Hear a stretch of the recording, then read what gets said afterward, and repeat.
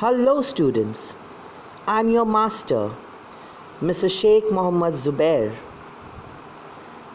Today in Civics, we will be learning Chapter 5, Fundamental Rights, Part 2.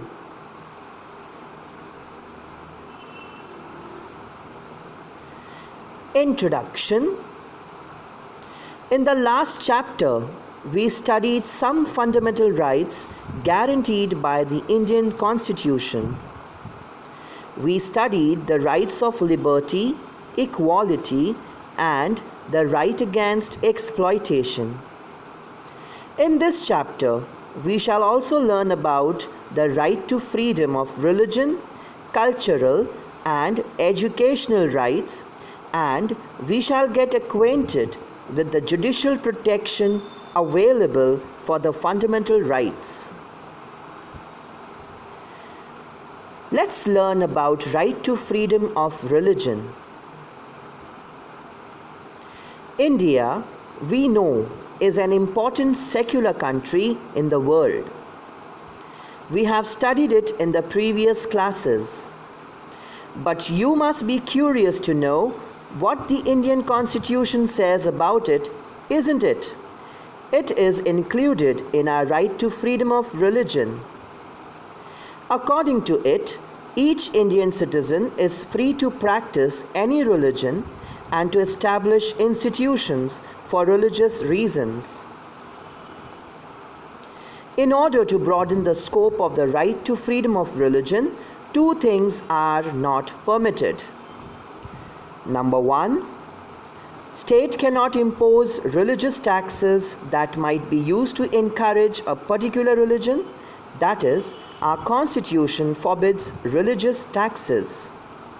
Number two, religious education cannot be made compulsory in educational institutions that receive aid from the state. Next, we learn about cultural and educational rights.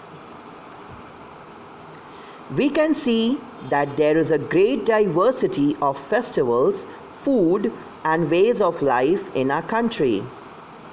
You may have noticed the differences in the different wedding ceremonies that you attended. All these things are part of cultures of the different communities. Our Constitution has given the different communities the right to preserve their cultural uniqueness. According to this right, people are not only free to preserve their own language, script, and literature, but also make efforts towards their promotion. They can establish institutions for. Next, we learn about right to constitutional remedies. In case of encroachment of fundamental rights, the Indian citizens' right to get judicial remedies is also a fundamental right. This is called the right to constitutional remedies. This means the Constitution itself has provided for legal remedies in case people's rights get violated. So, it becomes a constitutional duty of the courts to protect the rights of the people. Sometimes the rights that are guaranteed to us by the Constitution may get encroached upon and we are not able to exercise our rights. This is called an infringement of our rights. The court considers our complaint, investigates it, and in case it is convinced that rights have indeed been infringed upon and injustice has been done to the aggrieved individual, the court gives an appropriate verdict. Writs as constitutional remedies.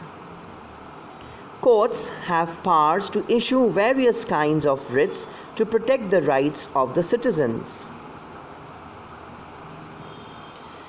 Habeas corpus, protection from unlawful arrest and detention. Mandamus, the order of the courts, that is the Supreme Court or the High Court, commanding the government to perform an action that is, its duty to perform in public interest. Prohibition, to prevent a subordinate court from exceeding its jurisdiction. Quo warranto, to restrain a person from acting in an offense to which he is not entitled. And the last one is certiorari, to order the removal of a lawsuit from a subordinate court to a superior court. Because the fundamental rights are thus protected by the courts, citizens are able to exercise their rights. They can fulfill their roles as alert, responsible, and active citizens. While considering fundamental rights, we also need to remember our duties. In the next chapter, we shall study our fundamental duties. Children, this is a short exercise which you are supposed to do at home. Please answer these questions in your own words and keep it ready in your notebooks. Once the school reopens, respective subject teachers will take your books for corrections. I hope by this presentation you have learned the chapter easily. Thank you, children, and God bless.